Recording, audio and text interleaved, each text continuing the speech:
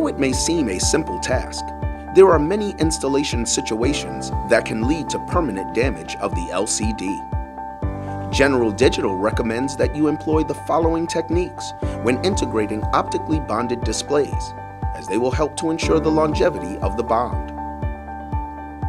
This provides an even pressure and avoids any rocking of the screen, which may cause torsional stress.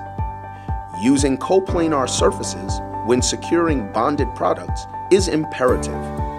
Do not continue integration if the unit is not secure.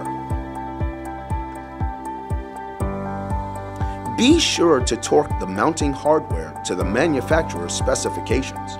Over-torquing may produce exaggerated pressure along the edges, thus leading to the formation of hot and/or pressure spots in the LCD.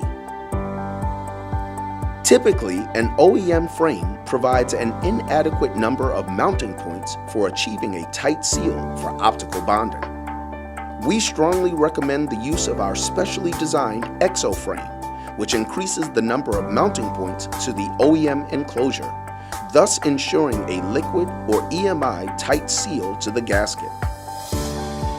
Even when following all of these steps, mishaps can still occur, though the likelihood of a long display life is greatly increased.